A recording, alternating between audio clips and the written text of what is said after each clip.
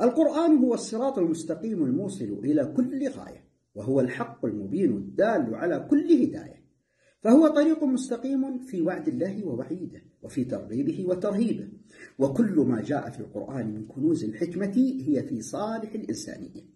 فمن استقام على هذا الصراط المستقيم مطلوبه حصل ولغايته وصل، له من الله الفوز الكبير والأجر الوفير والحياة الطيبة والعيشة السعيدة. ولأهمية الثبات على الصراط المستقيم ها نحن نسأل الله تعالى ذلك في كل صلاة، أن يهدينا إلى صراطه المستقيم وأن يدلنا على منهجه القويم. اهدنا الصراط المستقيم صراط الذين أنعمت عليهم.